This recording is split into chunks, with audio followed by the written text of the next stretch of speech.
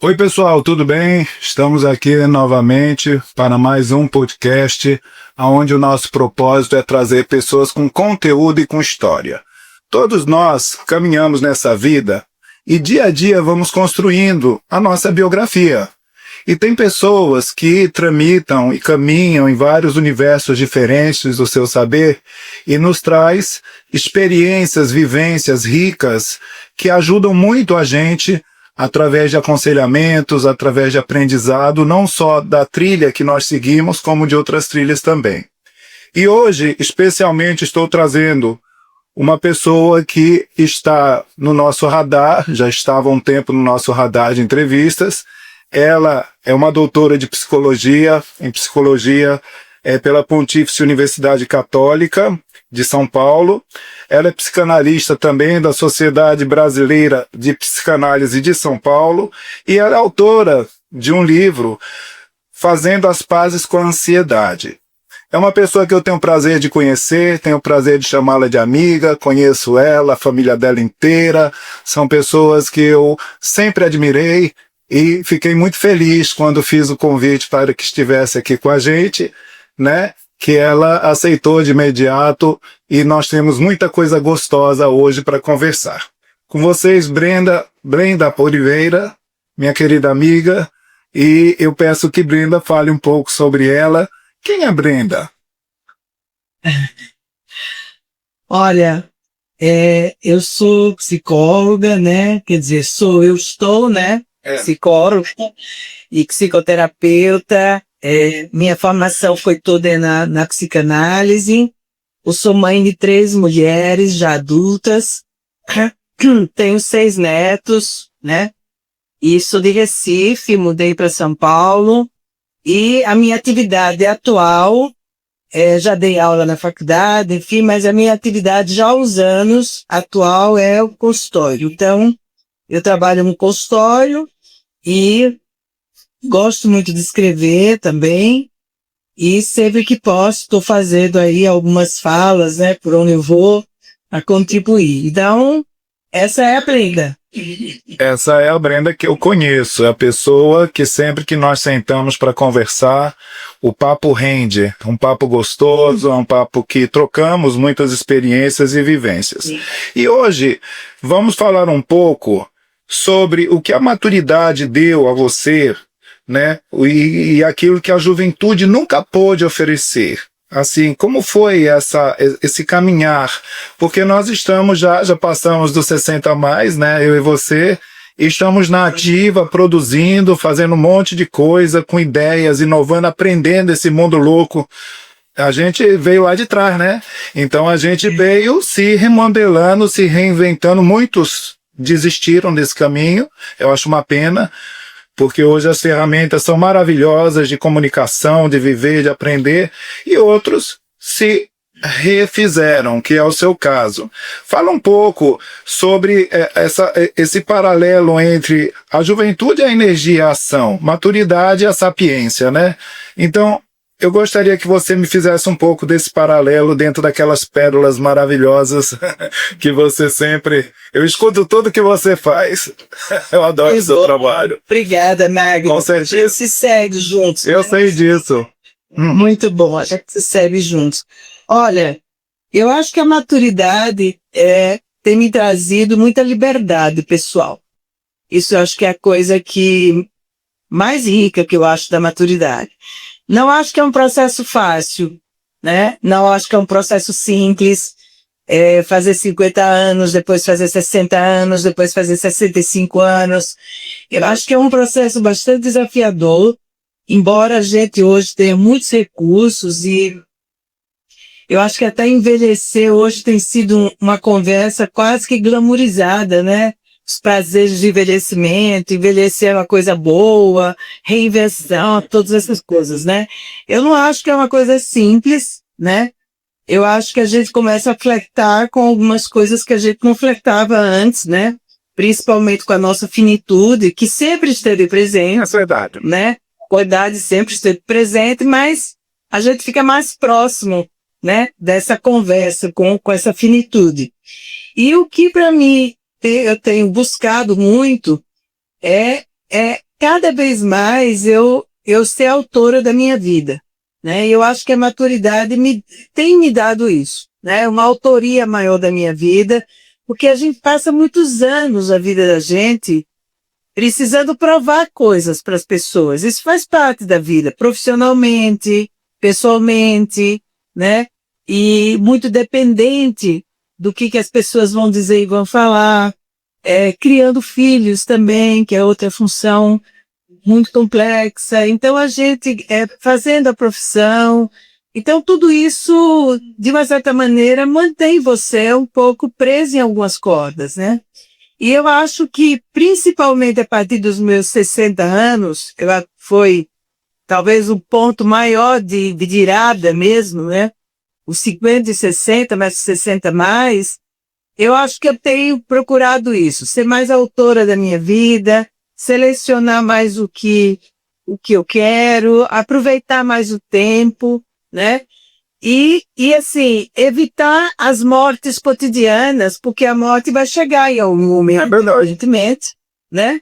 Mas eu acho que a gente precisa cuidar para não morrer cotidianamente, né? O que é? Desistindo, ou se retraindo, ou achando que não tenho mais idade para isso, não posso mais aquilo, né? Então eu tenho buscado muito isso, assim, o tempo para mim, a convivência também familiar, pessoal, tem sido uma coisa de um valor inestimável.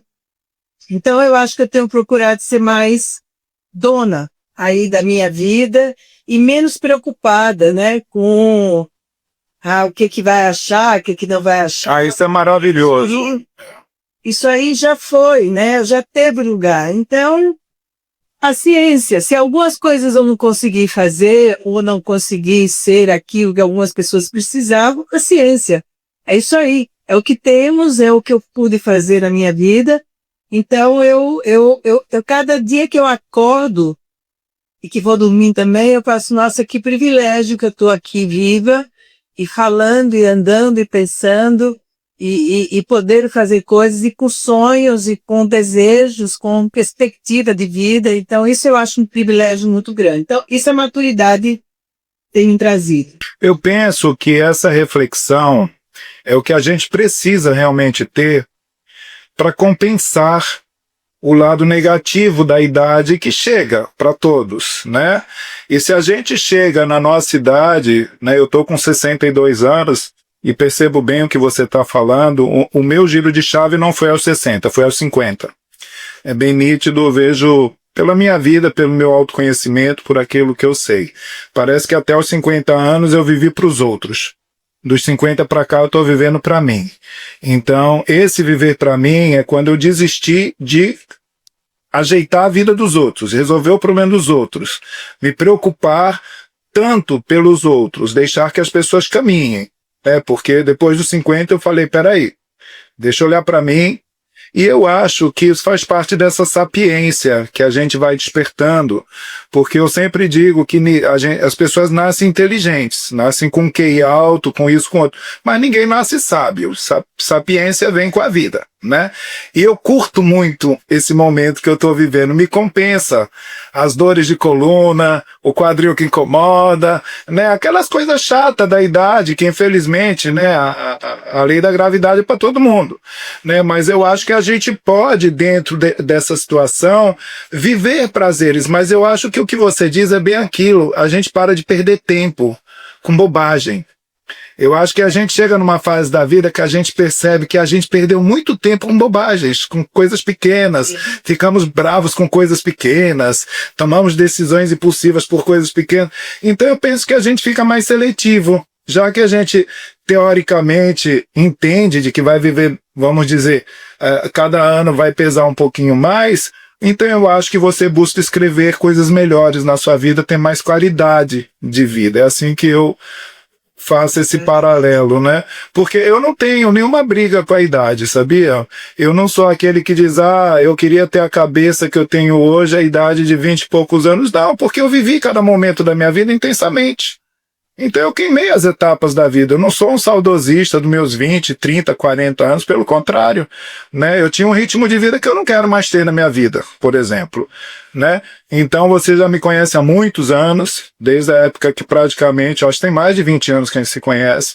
Sim. Eu acho que você, tem mais de 20, eu acho que você observou as diferentes fases que eu fui traçando. E uma das coisas que me libertou muito de tudo foi justamente a numerologia. Como uma mudança de profissão pode fazer, né? Eu deixei de ser executivo de empresas para ser numerólogo, e isso é um fator que eu acho que, graças a Deus, na época eu não esperava por isso, porque eu não queria, nunca me preparei para isso, mas a vida foi generosa em ter empurrado minha vaca no precipício, sabe? O conto da vaca jogar. A minha vaca literalmente foi jogada, e de lá para cá a gente foi traçando um novo movimento. Mas que legal. Aqui diz uma coisa bem interessante no briefing que a gente colheu de você, né? Qual foi o momento em que tu disseste: agora eu sou dona da minha forma de trabalhar, da minha vida e minha forma de trabalhar? Você falou sobre deixar de se prender ao pertencimento institucional. Legal isso, eu entendi isso sumamente. Mas o que precisou para você confiar de que esse era o caminho, era o momento de você fazer isso? Olha, Magno, a minha vida toda,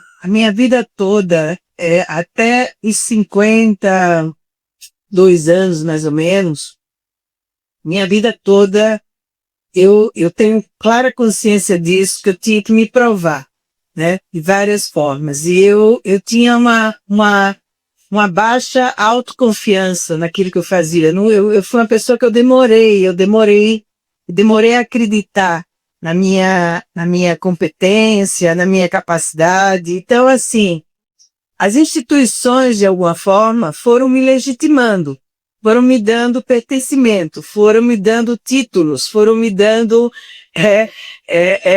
quase que passes, assim, ó, está aprovada, pode ir, você pode. Então, as instituições, elas tiveram um papel muito grande na minha vida, desde a faculdade, depois as especializações que eu fiz, depois o mestrado, o doutorado, depois a Sociedade de Psicanálise, que foi um período de quase 10 anos, 11 anos de treinamento muito rígido e de estudo também. Mas tudo isso, assim, foram necessários na minha vida. Eu tive que passar por isso, né? Até que, aos 50 anos, foi quando eu defendi minha tese de doutorado, e nessa época foi uma época muito difícil da minha vida, porque foi a época que eu perdi meu pai, eu também defendi a minha tese de doutorado, e junto com isso eu resolvi abrir um negócio, né? Era um serviço educacional que você conheceu, a Casa Movimento. E foi um desastre. Foi uma coisa que foi muito complicada, muito difícil, né? Eu praticamente parei o consultório para me dedicar a esse negócio, e no meio do caminho eu fui vendo que eu não ia conseguir fazer aquilo, eu não tinha perfil de empreendedora, né? Eu não tinha capacidade de gestão de pessoas, muitas pessoas, então eu resolvi fechar o negócio, foi um prejuízo, enfim, mas aquilo ali foi um ponto, foi um divisor de águas, porque ali eu comecei a entender que eu tinha que procurar a minha praia. Eu tinha que saber qual era a minha praia, quer dizer, qual era o meu jeito de trabalhar, qual era o meu jeito de fazer, e eu fui buscando várias coisas, vários instrumentos, né, para eu poder entender melhor, e eu passei por uma dificuldade tão grande, foi um período tão difícil, que eu acho que aquilo ali sedimentou um caminho para eu começar a dizer: peraí, ó, tá na hora de você acreditar em você, tá na hora de você começar a cortar essas amarras, e eu fui fazendo isso. Então eu fui começando a trabalhar cada vez mais do meu jeito, da minha forma, e não me sentindo devedora, porque eu me sentia devedora, como se eu estivesse traindo, né, todo um conhecimento que foi me dado, que eu investi anos da minha vida, e eu estivesse traindo essa tradição, né? Então, isso demorou um tempo. né? Para eu ir me acostumando, para eu ir fazendo.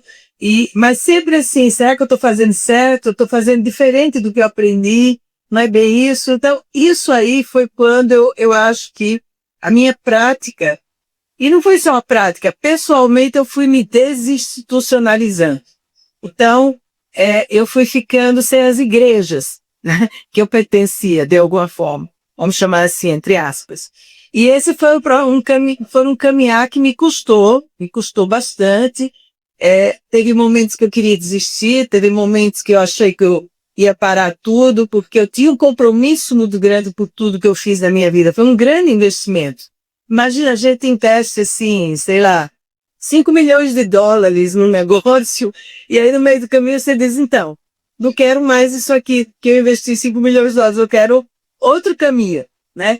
Então isso me custou bastante, me custou crises pessoais, me custou várias coisas, mas eu acho que aos 60, né, que foi exatamente o período da pandemia, faz mais ou menos esse tempo, a gente teve uma outra grande virada na vida da gente. Que o meu marido trabalhava há muitos anos numa empresa e ele se desligou dessa empresa e imagina, ele estava lá há 45 anos, um período muito grande. A vida inteira, né? A vida inteira profissional dele, ele estava lá. A vida inteira, desde os 17 anos ele trabalhava na empresa. E aí ele saiu da empresa e a gente ficou totalmente sem aquele lugar que a gente pertencia antes. E foi um momento também muito difícil. E aí eu acho que ali eu disse, bom, agora nós vamos juntos nesse caminho autoral, né? Tanto ele quanto eu. Eu já estava nisso. Ele começou para minha filha, para a Mica, uma empresa, os Dores, bem do comecinho, bem do zero. Foi uma criação dela, ela que criou a ideia, mas ela chamou o pai para pular no barco dela. E aí a gente começou a fazer uma caminhada muito, muito dura até agora, né? Nesse sentido, de construir uma empresa e tudo mais. E aí eu junto com isso, eu também fui me modificando pessoalmente. Então hoje eu trabalho e hoje eu sou muito feliz com o que eu faço, eu gosto de fazer o que eu faço, e porque eu faço do meu modo, da minha forma, e eu não tenho mais compromisso com ninguém. É muito bom. Sentido, meu compromisso é com o meu cliente que me procura. Esse é o meu compromisso, meu paciente, o cliente. O compromisso é esse que eu tenho com ele. Mas não tenho mais compromisso institucional, eu não dou mais aula na faculdade, né? Eu não pertenço a nenhum grupo, tudo meu é muito meio autodidata, eu vou fazendo, eu vou estudando, eu vou aprendendo, e tem sido isso. Hoje eu sou muito mais feliz, né? Fico pensando, poxa, foi um pouco tarde na minha vida, mas eu acho que é o caminho de cada um. Então, foi isso que hoje foi essa virada aí. Eu nunca acho que é tarde, sabe, Brenda? Porque quando nós éramos crianças, a gente viu uma pessoa de 50 anos, um velho. Uma velha. Exatamente. Né? Então eu acho que a minha primeira crise, quando eu fiz 50 anos, foi essa. Sabe? Internamente, inconscientemente. Eu falei, caramba, eu tô velho. 50 anos. Mas aí eu parei e falei, mas como assim eu tô velho? Eu tô na melhor fase profissional da minha vida. Eu tô cheio de sonhos. Eu tô ganhando dinheiro. O meu nome tá crescendo. Aí eu tive que fazer todo um trabalho interno dentro de mim para entender de que o mundo mudou nesses 50 anos. Né? Onde meus avós com 50 anos já eram tudo velhinho, gordinho, aquelas cadeirinhas de balanço, aquela conversa, né, em casa, meus avós portugueses, meu avô no vinhozinho dele, e nas coisas que ele fazia em casa, ele mexia com papelaria, ele mexia com negócio de fazer picles, essas coisas todas. Ele tinha aquele ritmo, mas era um senhorzinho, né? E aí eu peguei e falei, não. Eu acho que não é por aí. E eu não sei se você lembra, quando você me conheceu, eu era gordo, né? Eu era gordinho, que eu sou alto, essa gordura às vezes a roupa disfarça, mas eu tinha 130 quilos quando eu te conheci, né? Eu era uma pessoa que não fazia atividade física, eu fumava, né? 2 maços de cigarro por dia, Eu atendia os clientes, às vezes, fumando cigarro. Quando ele fumava, eu também aproveitava. Nessa época não tinha tanta videoconferência, fumávamos juntos. Né? E quando não fumava, era um sofrimento. Eu queria acabar logo para poder acender meu cigarro em paz. Então, eu tive uma mudança radical de hábitos aos 50 anos. Né? Então, assim, eu percebi que se eu não mudasse de vida, eu acho que eu não ia bater os 60. Nos 60, eu já estaria ali com palmo de língua para fora.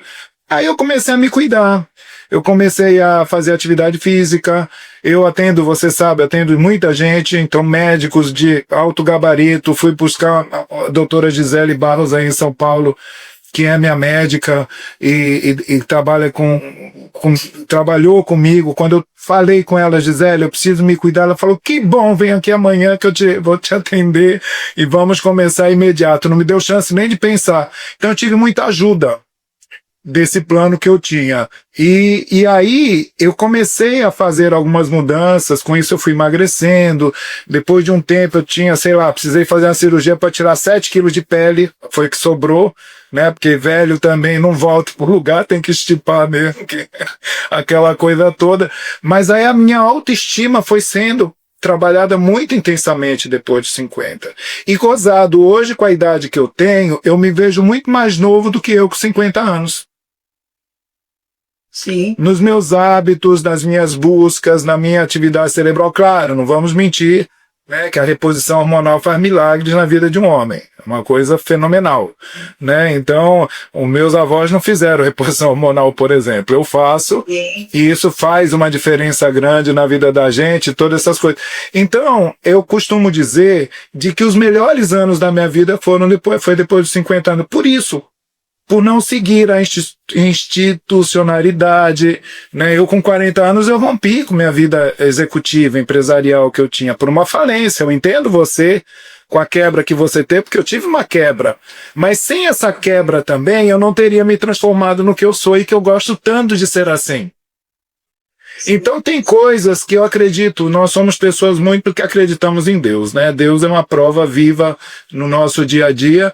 Eu acho que Deus nos testa e Deus nos tira coisas quando Ele entende que nós temos mais para dar.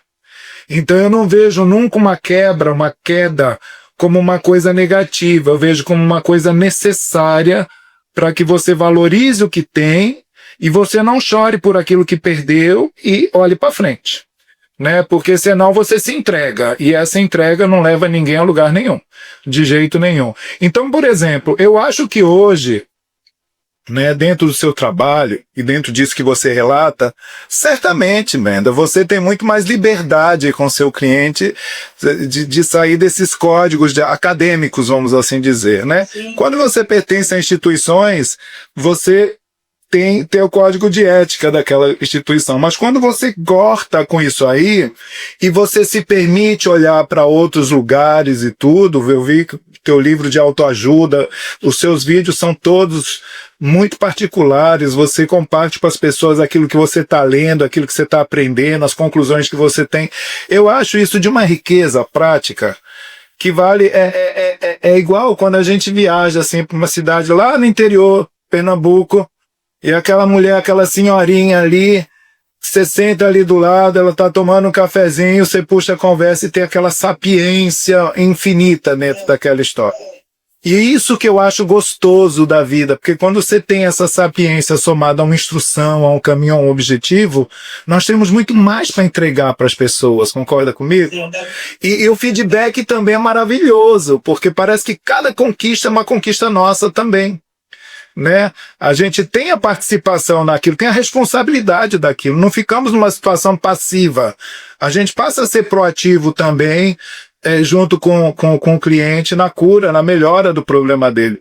Né? Eu não me proponho, nunca me propus ser psicólogo, não é minha área, né? Mas a numerologia me dá certas chaves, né, que me ajudam demais a compreender, porque eu vejo tudo com matemática, né? Então, para mim, são códigos. Mas é impressionante que, com a idade, eu estou revendo esses códigos. Então, eu digo, eu sinto e vejo meu trabalho de 10 anos atrás e hoje um diferencial também muito grande. Então, a cada década, eu vou percebendo que eu ainda não estou decaindo.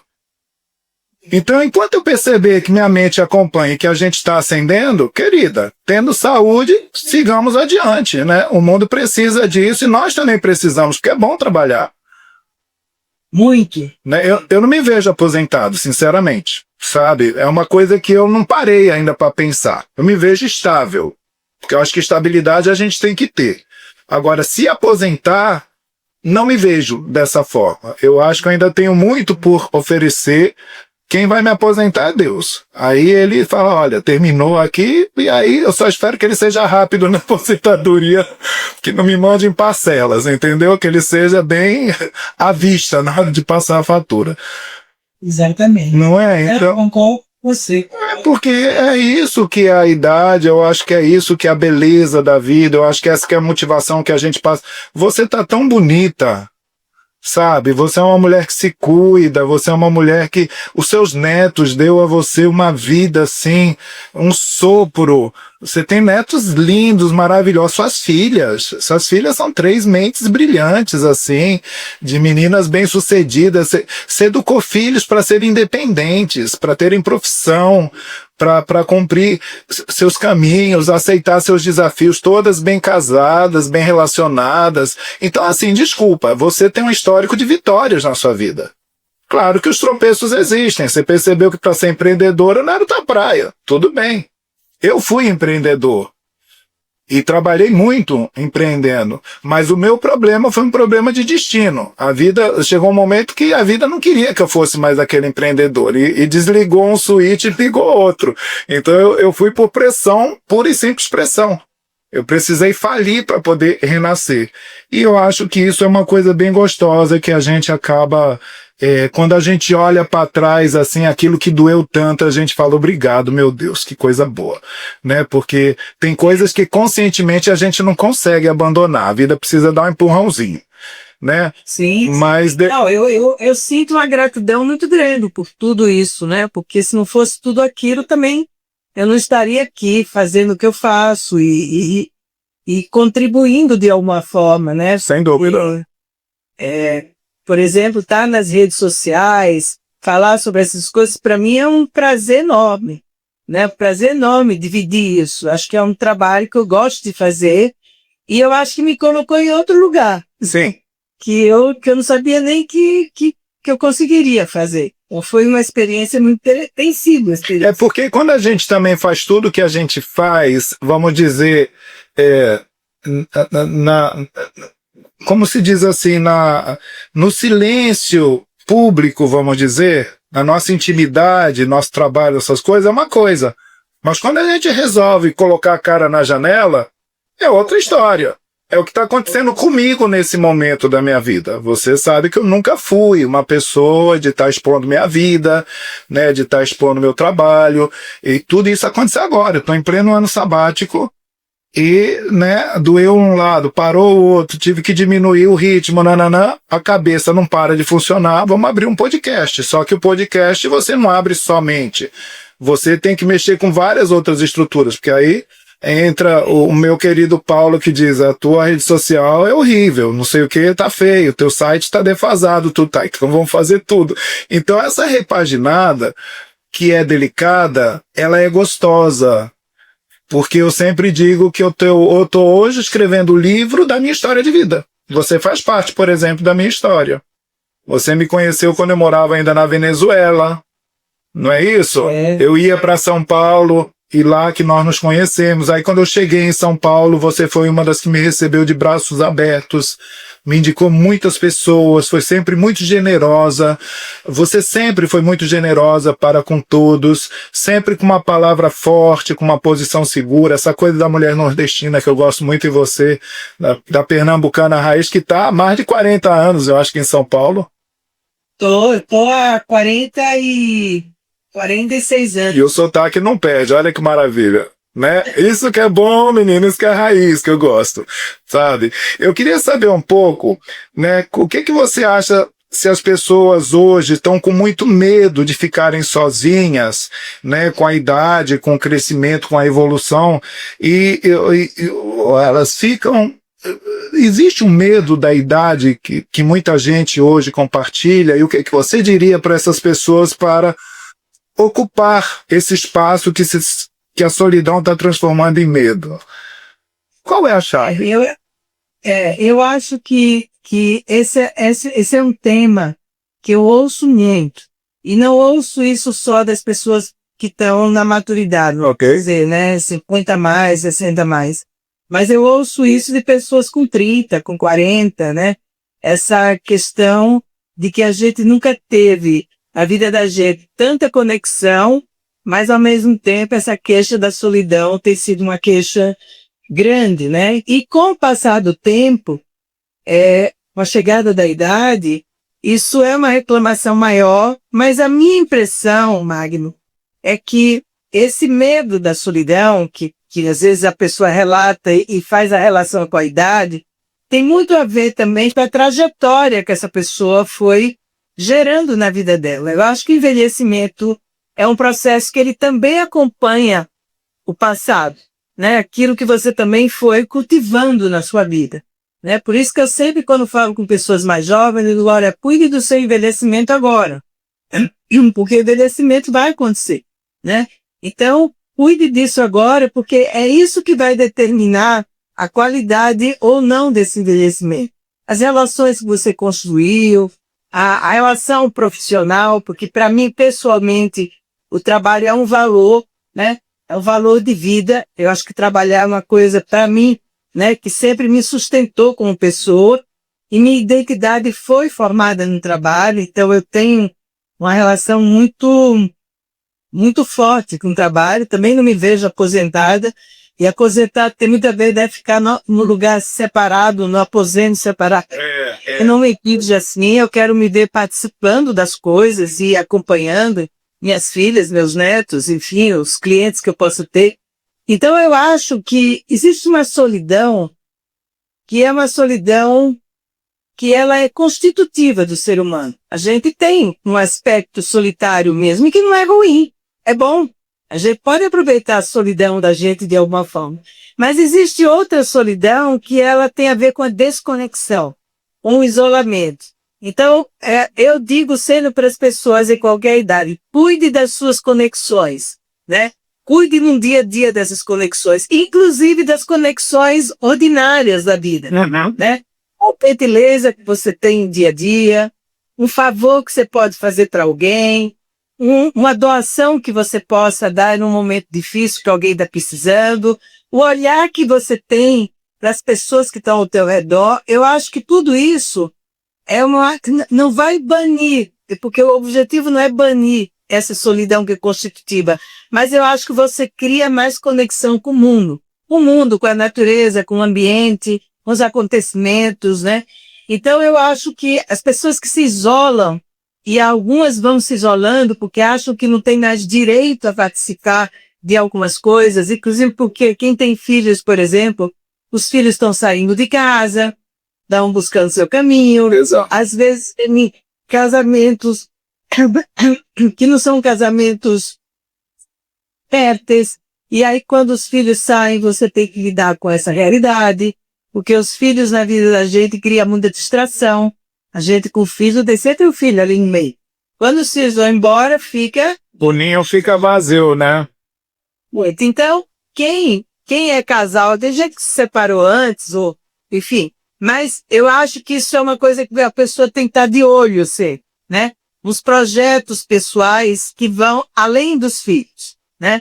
E que a gente pode criar filhos, mas a gente também pode se criar enquanto a gente cria os filhos. Concordo. E a minha experiência como mãe sempre foi uma experiência assim, né? As minhas filhas foram grandes acontecimentos da minha vida, ser mãe, né? Cada nascimento foi um nascimento meu também, mas eu sempre tive em mente que eu queria que as minhas filhas não precisassem de mim. Eu fosse uma pessoa que elas me convidassem, porque elas têm o prazer. Mas eu não fosse, eu não ser necessária cada dia que passa. Graças a Deus, elas são independentes, têm a vida delas, e eu posso estar com elas, e se elas precisam, eu estou junto, mas eu fico muito tranquila que eu posso hoje aproveitar a minha vida e cuidar de mim sem precisar me preocupar com elas, porque elas estão, enfim, de meus netos, como você falou, que eu acho que a chegada dos meus netos, que o primeiro foi em 2014, foi uma experiência incrível essa de ser avó, né? E eu tenho 6 netos que eu amo, 6. Que rápido, né? Veio um atrás do outro. Parecia que elas estavam competindo, as irmãs, ver quem fazia mais filho mais rápido, né? Exatamente, exatamente. Então eu acho que foi um aprendizado enorme e teve uma coisa interessante, sabe, Magno? Porque quando eu tive meu primeiro neto, que é o Jack, filho da Gabi, quando eu fui para a maternidade, e quando eu subi, porque lá a gente podia ficar, né?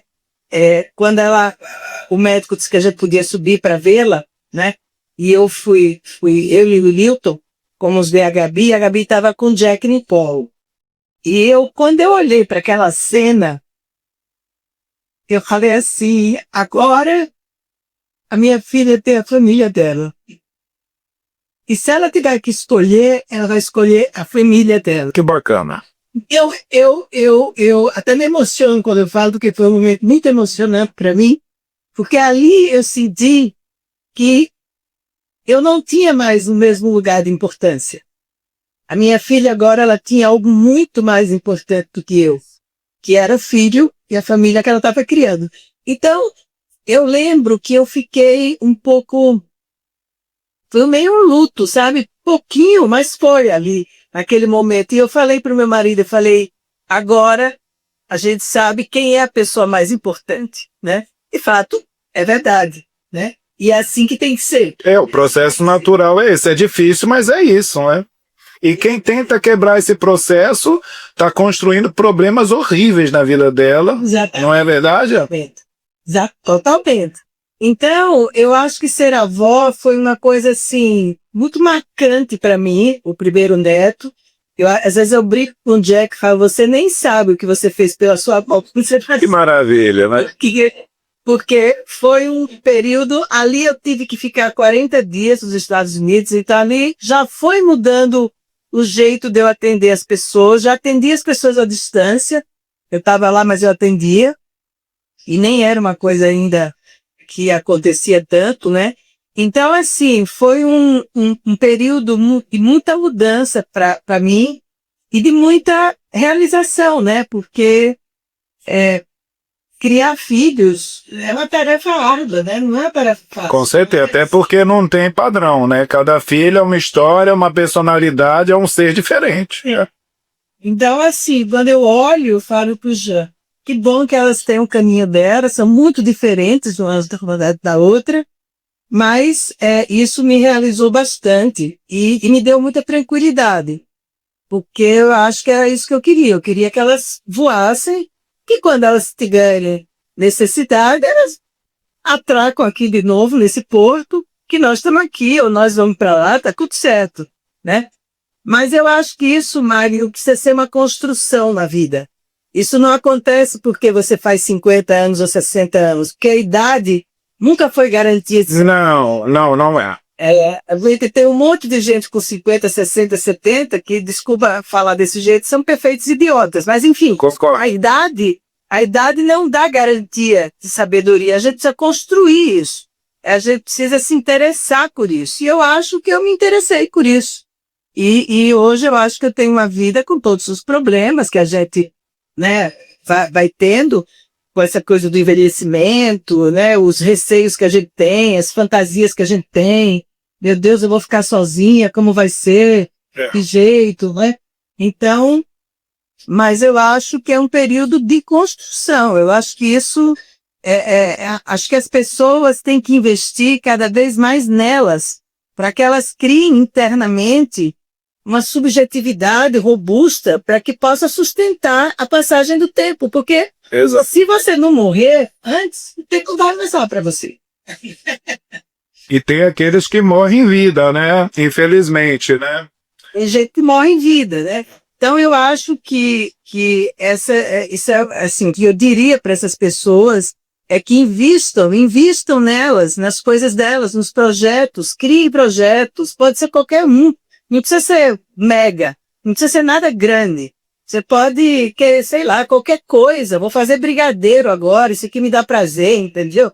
Vou começar a estudar alguma coisa, vou começar a me interessar. Eu vou servir numa instituição de caridade, eu vou doar meu tempo, se eu não preciso de dinheiro, eu vou doar meu tempo, eu vou receber reconhecimento de estranhos, que é tão bom na vida da gente, receber reconhecimento de quem nunca te viu, por você ser aquilo, né? Não estão olhando tua bolsa, não estão olhando teu carro, estão olhando o seu trabalho. E o mundo tão carente, né, de pessoas que se entreguem à ajuda, né? Então eu acho que a desocupação mental, ela abre buracos enormes, negros dentro da pessoa, e ela mergulha dentro daquilo e não consegue sair, né? E hoje nós temos uma epidemia no mundo de depressão, uma epidemia, porque, claro, poxa, quando nós nascemos, lá nos anos 60, 50 e pouco, a gente, quando nasceu, o mundo só tinha 2 bilhões de pessoas, hoje são 8 bilhões. A humanidade, em 75 anos, quadriplicou de número de gente. Então, assim, será que estávamos preparados para esse boom humano no planeta inteiro? Entendeu? E isso porque a gente não contabiliza os abortos que tiveram nesses 75 anos. Porque se não tivesse tido aborto, minha filha, a gente tinha 15 bilhões de encarnados aqui tranquilamente, né? Então, e como seria esse mundo, né? Então eu penso que a gente tem que ter um olhar também gentil para com nossa humanidade, para com o próximo, né? Eu acho que são confortos que a gente pode se dar à alma de se sentir útil. Aqui em Portugal eu estou vivendo uma experiência muito gostosa, porque no Brasil eu estou velho, né? Então, porque é um país muito jovem, um país de muitos jovens ainda, então 62 anos. Envelhecendo, né? Mas está envelhecendo a passos largos. Exato. Agora aqui em Portugal, minhas vizinhas lá na vila que eu moro, as cocotinhas de 90 anos, que pegam a bolsa e vão no mercado fazer compra, umas de narizinho vermelho, eu sei que ela tomou um vinho na hora do almoço e ficam engraçadíssimas e tudo.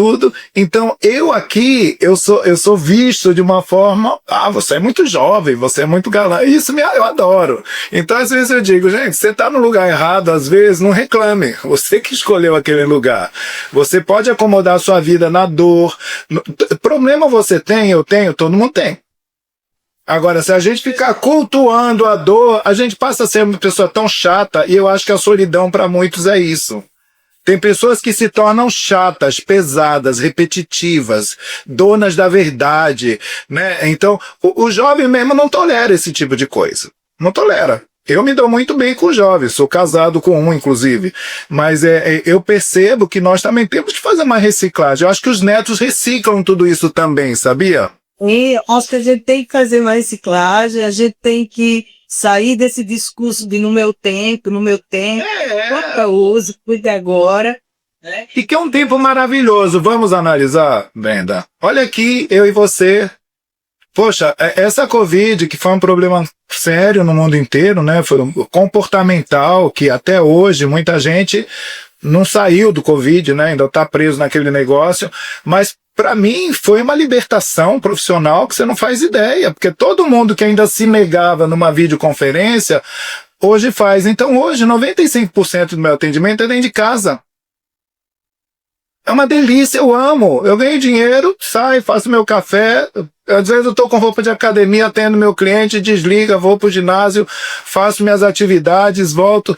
Sabe? Então, assim, a gente tem que entender de que o mundo ele tem sim seus problemas. Os problemas hoje afloram porque a comunicação é muito imediata, é instantânea. Né? Então, a gente sente as coisas com muita rapidez. Mas nós não podemos mergulhar dentro desse universo. A gente tem que deixar também que essa geração cuide dos problemas dela. Que já não são muito os nossos problemas, entendeu? Que senão a gente entra em parafuso. Eu sempre penso assim, a gente tem de buscar conforto no desconforto. E o desconforto ele vai acontecer. Exatamente. Tem gente. Né? Problemas você vai ter, tristezas você vai ter, mas a gente hoje vive uma coisa também, Magno, que é muito difícil, né? E essa busca, né, incessante pela felicidade, essa ideia de que a felicidade existe um lugar, você vai ser uma pessoa, e a felicidade é entendida como excluindo qualquer incômodo. Uhum. E na verdade, a verdadeira felicidade é você encontrar comodidade no incômodo, na dor muitas vezes. Exatamente. O joguei na dor você encontra. E eu acho que essa questão do serviço, servir ao outro, né, é uma questão que eu acho que retira muito você desse lugar quase narcísico de que o grande problema sou eu, são os meus pensamentos, as minhas preocupações, as minhas frustrações. Eu, por exemplo, acho que um processo psicoterapêutico, eu considero um processo psicoterapêutico, além da pessoa ter um autoconhecimento, ela precisa também gerar um heteroconhecimento, quer dizer, conhecer fora dela. Está a serviço também, porque assim, se não, vira um discurso, né, egórico o tempo todo, como é você tem um mundo aí acontecer. Exatamente. O que se transforma em você, se transforma no mundo também, é uma coisa fora, dentro, fora. E eu acho que hoje, apesar da gente tem muita conexão, né, mas eu acho que há certos problemas que talvez a gente vá ter que, quer dizer, os mais jovens vão ter que enfrentar, que é inclusive aprender a lidar com esses instrumentos todos de comunicação, que são muito novos, né? Exatamente. Tempo. Se a gente pensar, faz 14 anos, 15 anos que as redes sociais surgiram. Não é muito tempo. Não é nada. É um estalo de dedo, entendeu? Agora, a verdade é uma. E se a gente projetar nossa mente para daqui 10 anos, a gente não consegue. Não consegue. A gente não consegue. Eu faço esse exercício na minha profissão, olhando. Eu tenho uma ideia. Mas assim, apostar não consigo, porque a velocidade das coisas é outra. E aposto mais uma vez que a longevidade vai continuar aumentando, a medicina vai evoluir quanticamente em 10 anos.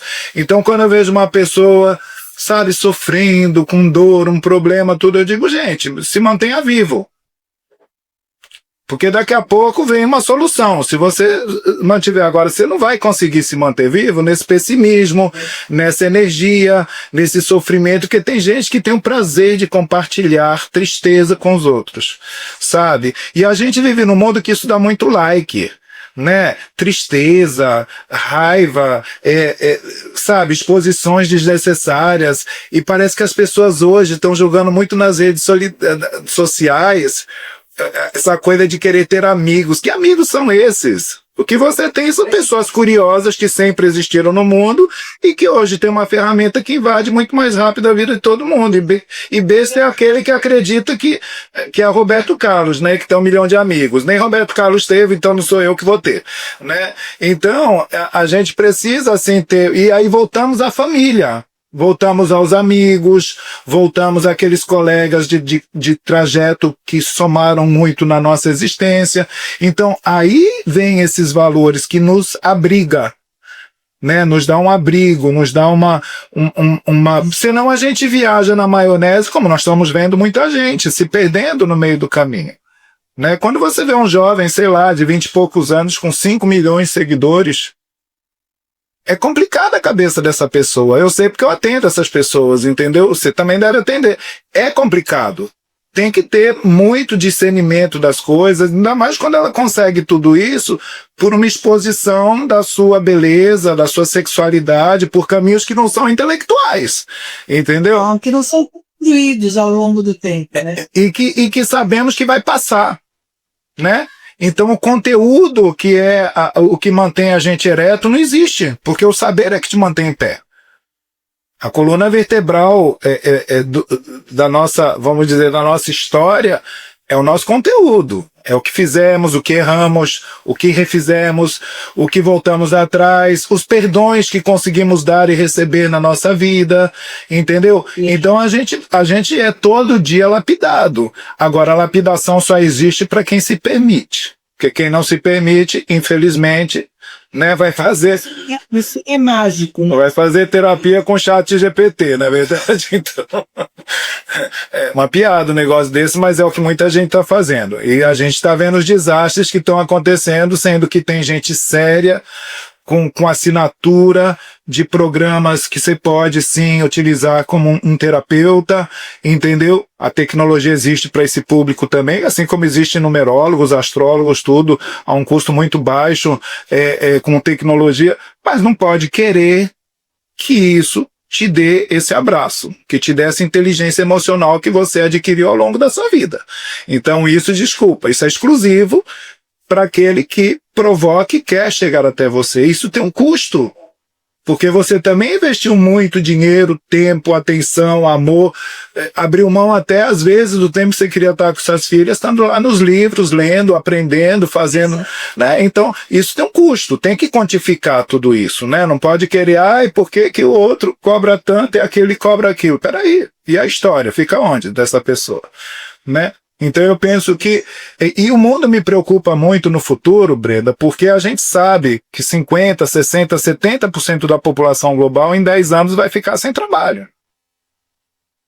E o que vai ocupar a cabeça dessas pessoas? Vai ser droga? Vai ser sexo livre? Vai ser prancha de surf nas praias? Assim, o ser humano que sempre trabalhou para viver, o que vai ser uma humanidade onde mais da metade da humanidade não vai ter trabalho para viver, porque não vai ter vaga para essas pessoas. Eles vão para quê? Vão para outro planeta, povoar outro planeta. Eu fico pensando nisso, entendeu? Esse hecatombe que vai existir nos próximos anos. E aí, você que trabalha com saúde mental, né? É uma área, na minha opinião, quando alguém me pergunta o que eu devo fazer, eu digo, olha, eu não sei suas habilidades, mas a área de saúde mental é uma que vai ter uma carência enorme no futuro. Sabe? Porque só cresce. Né? Então, não há competitividade. O que mais tem é mercado para se trabalhar nessa área. Né? Cada vez mais. E por vários instrumentos. Né? Muitos. Vários instrumentos. Muitos. Então, assim, eu acho que nós temos que ocupar a nossa vida com boas informações, olhar para a nossa história e dar risada do nosso peso, dar risada, que a gente também já foi lindo, né? A gente vai ficando, mas é aquela compensação que é o que eu olho na minha vida e que eu acho maravilhoso. Eu gosto muito das coisas que eu vi. Desculpa eu estar meio ranheta assim, é que eu estou com leve alergia. Bem, aqui diz, como psicoterapeuta, estudando o tema de solidão no envelhecimento, o que você percebe que mais adoece hoje as pessoas dentro da tua ótica? Eu acho que o que mais adoece as pessoas é a falta de conexões genuínas, verdadeiras. E eu acho que isso que as pessoas têm feito de usar o ChatGPT como terapeutas, né? E os jovens têm feito, é uma faixa etária muito jovem ter usado, saiu agora recentemente uma pesquisa. Eu acho que isso mostra, né, que a gente tem uma crise muito grande de referências, de valores mais claros, de compromisso. Então eu acho que é muito sofrido, né? E eu acho que isso assim, eu percebo nitidamente, né? Seja dentro da família, seja no trabalho, seja socialmente, as pessoas se queixam de falta de conexão, né? Conexão genuína, que é conexão olho no olho, conexão que a pessoa cumpre, né? Ela tem valores claros, ela é aquilo que ela é. Então, assim, acho que as pessoas têm buscado, apesar na virtualidade, cada um diz o que quer e como quer, mas eu acho que as pessoas têm buscado muito pessoas reais e genuínas. Então eu acho que isso é uma coisa que cada vez, eu percebo que cada vez é uma procura maior, né? E essa coisa de falar com o ChatGPT, eu acho que é diretamente proporcional ao fato de que as relações pessoais, elas estão mais inseguras. Concordo. Elas estão mais inseguras, elas estão mais frágeis, elas estão mais descartáveis. Então, você tem uma relação amorosa, acontece qualquer coisa, pronto, acabou. Né? A gente tem uma facilidade muito grande de entrar e sair das relações. E eu acho que isso é um prejuízo muito grande, principalmente dos mais jovens, que embora pareça que eles têm uma coisa muito fluida, né? E uma coisa meio líquida, como dizia o Bauman, um amor líquido, né? É que tudo é meio descartável, rápido, mas eu acho que as pessoas buscam referências, buscam orientação, As pessoas querem falar com pessoas que têm o que dizer, né? Mesmo no trabalho, que as pessoas falam muito, né? Ah, a geração Z no trabalho é mais difícil, mas não é isso. Eles topam. Se você oferecer referências claras, se você se propuser generosamente a ensinar, eles querem aprender, eles precisam. Eles querem. E muitos vêm de lugares que não ofereceram isso. Então, assim, eu sou muito crente, né, nesse sentido, de que cada vez mais a gente precisa ser mais real e mais genuíno. Mesmo que a gente esteja na internet, mesmo que a gente esteja bem concordo, oferecer aquilo que é real na sua vida. Eu não estou inventando uma blenda. A blenda que aparece aqui, as pessoas vão ouvir, vão ver, é a blenda que eles vão encontrar comigo no shopping. Exatamente. Eu não vi um personagem, né, virtual para poder. Então eu acho que isso é algo que a gente precisa cultivar cada vez mais, né? E dessa coisa de que a gente genuinamente se interessa pelo outro, né? Você vai, sei lá, como você falou das suas vizinhas, né? Então, ou se eu vou em algum lugar, eu estou numa fila, começa a conversar com um desconhecido. Ali pode ser uma conexão genuína e real, e que faz todo sentido, né? Quantas vezes eu já peguei táxi na minha vida, né? E o taxista me disse uma pérola que me transformou o dia. Opa, sempre, sempre. É. Como é que eu não pensei nisso? Uma coisa tão simples, né? É. Mas você tem que estar aberto a essas conexões. Se você está o tempo todo aqui, né, olhando para o celular, olha o mundo aqui fora, realmente a solidão vai bater na sua porta. Porque não é aquela conexão do olhar, do cheiro, é aquela conexão que a gente chama holística, né, que mexe com todos os sentidos e que são tão importantes. Você aqui trabalha somente com sentido visual, nada mais. E daquilo que você não sabe se existe ou não existe. É apenas isso. Mas também eu acho que nós temos vivido uma situação, e eu espero que isso em algum momento mude, porque assim, os problemas, o que faz a gente superar, aguentar os problemas da vida? No meu caso específico, é a fé. Sabe? São minhas crenças pessoais, crenças em Deus, crenças na espiritualidade, crenças no mundo paralelo a esse. Eu sou um homem de muitas crenças. E é isso que me impediu na vida, nos meus momentos mais terríveis, pensar da possibilidade de liquidar a vida. Porque eu dizer burrice, porque a vida continua. Então eu só vou fazer uma merda aqui, que ali adiante vão dizer, idiota. olha o desperdício. Aí vão me passar um filmezinho do que eu poderia ser. Eu falei, caramba, por que eu não aguentei aquilo? Então, mas eu noto as pessoas muito sem fé. As pessoas muito sem referências espirituais. A gente sente muito isso aqui na Europa. Tá? Aqui na Europa, por incrível que pareça, né, onde tem a igreja católica, tem tudo isso, as gerações mais jovens aqui, elas não têm uma conexão assim. O brasileiro é muito conectado a Deus, mas às vezes não pratica, é conectado, mas não... E aqui não, aqui há uma incredulidade muito grande, e quando você puxa um assunto assim, eles acreditam muito na ciência, na mente, nas coisas, mas não tem esse elemento, e eu noto que esse elemento é um elemento que falta. O que você vê nesse aspecto, e o que isso existe em relação a você, né? Porque você já foi testada também muitas vezes na sua vida, né? Então, Magno, esse é um ponto bem importante, porque quando eu completei 60 anos, eu tive Covid e eu fiquei isolada. E eu fiquei bem ruim na Covid. Fiquei isolada e fiquei no quarto, né, muito tempo. E eu comecei a me dar conta que eu tinha me afastado. Embora eu seja uma pessoa que já andei por vários lugares do ponto de vista de religião, de crenças e tudo mais, mas na real, eu nunca dei muito crédito à fé, né? Nem a Deus também. Eu não conseguia ter essa relação. Quando aos 60 anos eu tive essa Covid, que eu fiquei sozinha, eu tive uma experiência que foi absolutamente transformadora. Eu estava no quarto, E eu disse, puxa vida, eu não sei nem rezar. Não sei nem rezar. Olha. Né? Falei, nossa, eu estou muito desconectada disso. Embora eu já tenha frequentado várias coisas, enfim. Mas eu estou falando uma coisa muito íntima. Não tinha acontecido essa virada intimamente. E aí eu me dei conta que tinha uma Bíblia do lado da minha cama, que foi uma Bíblia que meu pai me deu de presente.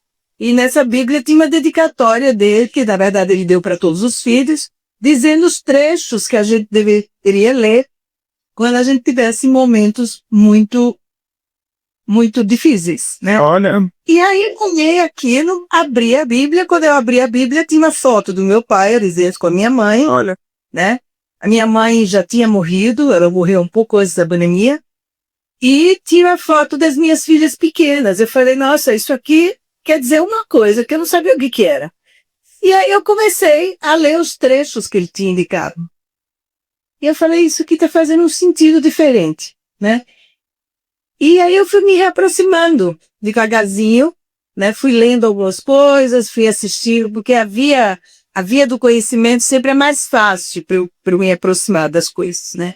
Aí eu fui fazendo os cursos online, fui ouvindo os padres, fui ouvindo os pastores, fui ouvindo espiritualistas. E aí eu lembro de um dia que eu comecei a rezar, tá? E aquilo fez um sentido para mim enorme. Passada a pandemia, eu voltei a ir para a igreja. Comecei a ir na igreja, muito timidamente, sem acreditar muito, cheia de dúvidas, enfim. Mas aí eu fui caminhando e eu não sabia direito o que é esse negócio de fé, né? Eu acho que eu sempre fui uma pessoa que tive fé na vida, mas nunca foi uma coisa que tem uma conexão com o sagrado, né? E aí eu comecei a entender que a fé é um pouco assim, é uma entrega que a gente faz, é uma coisa meio... A gente não vê, mas a gente sabe que ela tem uma força muito grande. E com isso eu fui me aproximando, eu tive pais católicos, que nunca foram católicos, eles eram muito fervorosos, muito, tinha muita fé, mas eles nunca obrigaram a gente a nada, enfim, sempre deixaram a gente muito à vontade. E eu fui me reaproximando do catolicismo. Fui me reaproximando, fui me sentindo bem, fui me sentindo muito bem, fui fazendo as coisas, comecei a frequentar, aprendi a rezar o texto, nunca nem sabia o que era rezar o texto. Eu comprei um texto, entrei na internet. Vou buscar o tutorial, né? Não, peguei um tutorial, falei, isso aqui, então quer dizer... Se é Ave Maria, se é o Pai Nosso, isso eu sei porque eu estudei em colégio de freira, eu não esqueço. Eu também estudei em colégio de freira da minha vida inteira, mas não... Mas você fugia da aula de religião, com certeza. Então eu acho que isso foi uma coisa que hoje faz uma diferença. Não é, menina? É muito bom, né? Bom, eu acho que me acalmou muito o coração, me apaziguou muito o coração. Exatamente. E eu, de uma certa maneira, claro, eu não faço isso no meu consultório, porque eu não estou ali, eu não sou do evangelizão, nada disso. Mas eu tenho muita fé naquilo que eu estou fazendo, que é uma fé diferente do que eu tinha antes, né? Eu tenho muita fé nas coisas que eu escolho na minha vida. Então, assim, em momentos de tumulto, nossa, eu me ajoelho, eu rezo, eu peço, eu tenho muito agradecimento hoje. Hoje eu sou uma pessoa, acho que eu tenho uma conversão, se quiser usar. Claro, por que não? Eu acho que é um despertamento do espírito, entendeu? E não é uma coisa, eu estou aqui falando publicamente isso, mas eu nunca falei isso publicamente. Irmão, temos uma exclusiva aqui. O passado que eu fiz a minha crisma, e eu tenho me recuperando isso, porque estou num momento muito especial, mas assim, eu tenho uma relação muito minha, muito própria. Não é uma relação com a instituição. Eu entendo. Apenas a igreja e a missa, enfim, é um veículo que eu tenho que eu gosto muito. Mas é isso, a religião é uma academia que você vai lá e pratica. Exatamente. E eu tenho minhas outras coisas que eu acredito também, que foram se juntando a isso, né? Outros instrumentos. Então, por exemplo, a numerologia, é um instrumento de autoconhecimento, a astrologia é uma coisa. Então, tudo isso só contribui. É verdade. Mas, assim, o meu plano agora, à medida que eu tenho, que se Deus quiser eu vou conseguir fazer, é estudar um pouco mais da teologia e me dedicar um pouco mais a esse estudo, que é o estudo que eu quero muito fazer para compreender melhor, né, algumas coisas. Então, eu acho que isso, no meu envelhecimento, foi essencial. É fundamental. E outra coisa, o mundo está caminhando, Brenda, para o universalismo. E você, intuitivamente, já está nessa caminhada. Entendeu? Que a caminhada eu, por exemplo, eu não sou religioso, né? Eu já não sou. Eu passei por religiões, eu tive despertamentos na Igreja Católica, no kardecismo, no candomblé, na Umbanda. Eu fui montando um quebra-cabeça. A numerologia me deu muitas explicações e uniu muitas pontas. Então hoje, eu entendo, eu sou um homem de muita fé. Eu digo que eu tenho até medo de pedir, que quando eu peço, a resposta vem rapidão. Então eu peço mais para os outros que para mim. Entendeu? Eu não sou muito de incomodar a Deus com as minhas coisas. A Deus eu peço sabedoria, eu peço proteção, discernimento, que me dê paciência, porque na idade a gente às vezes perde a paciência com as coisas. Então eu digo, olha, coloca um freiozinho aí, mas eu não sou uma pessoa que fico mendigando a espiritualidade que resolve os meus problemas. Eu entendo que a espiritualidade não resolve nossos problemas. Ela nos dá a intuição, ela nos mostra os caminhos para que a gente vá em ação e consiga. Essa forma passiva de querer receber milagres sem fazer nada, eu não acredito nisso. Quem vende isso, para mim, tá vendendo mentira. É fake news, assim, adoidar. Infelizmente, tem muita gente que compra isso, há mercado para tudo, entendeu? Há mercado para tudo. Mas a gente chega num outro nível, mas sem dispensar a fé, sabe? A fé para mim, ela realmente dirige tudo, da hora que eu acordo, da hora que eu durmo. E o agradecimento, sobretudo, né? De todas as riquezas e oportunidades que a gente vive no dia a dia. Alguns remédios são amargos, mas se você tiver aquela paciência, você vai entender que aquele remédio amargo era que você, para aquele momento, precisava. E é assim que a gente vai funcionando. Querida, você já viu que passou mais de 1 hora aqui esse podcast? Nossa, eu nem percebi. Ninguém percebe, Brenda, eu já falei isso, né? Só que dizem que podcast muito longo ninguém assiste, mas faz bom corte.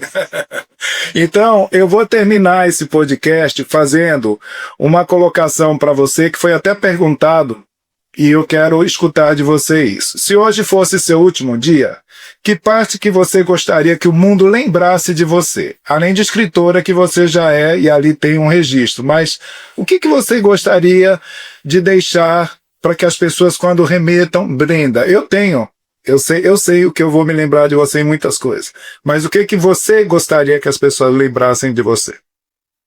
Eu gostaria que as pessoas lembrassem de mim como alguém que não causou problema para ninguém. Que bom. Eu gostaria de ser lembrada como uma pessoa que é generosa com a vida. Isso que eu gostaria de ser lembrada. E eu tenho certeza que quem te conhece vai ter essa lembrança. Você é uma fonte abundante de sabedoria. Eu acho que a idade está te fazendo um bem muito grande, que eu já te conheço também há bastante tempo, né? Então a gente... Isso me acompanhou em muitas transformações, né? E eu sempre vi uma tremenda de uma garra em você.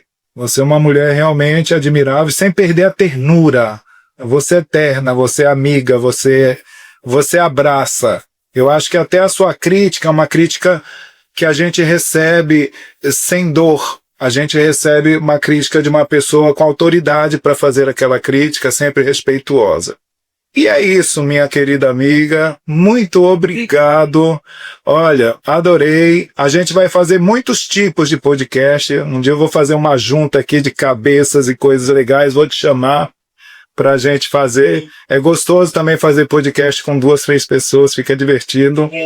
Viu? Mas, olha, obrigado pela oportunidade. Conversar com você é sempre uma riqueza, porque você também tem muita experiência, muita transformação, passou por muitas coisas. Então, tem a oportunidade Não é só autoridade intelectual, autoridade existencial. Obrigado. E acho que essa é mais importante. Muito obrigada. Eu te agradeço muito essa observação. É bom a gente escutar isso de quem a gente gosta, quem a gente ama, né? Porque é isso. Eu acho que nada é por acaso, as conexões são todas feitas assim, preteritamente, né? E que legal poder te ver depois de tantos anos que a gente está sem bater esse papo, sem poder, né, coincidir. E fico feliz por esse encontro. E eu vou terminar esse programa aqui convidando vocês a que assistam na íntegra o nosso trabalho e que participem do sorteio que nós estamos promovendo no Instagram. Vá lá na nossa rede social também ver, para que a gente possa crescer, fazer com que essa família cresça, escute, participe, traga para você as boas coisas que a vida tem a oferecer. Então eu conto com vocês no próximo podcast e que você dê o seu like, participe e que dê sua opinião. Sua opinião é muito importante para nós. E quem sabe também indicação daquilo que você gostaria de ouvir. Um abraço.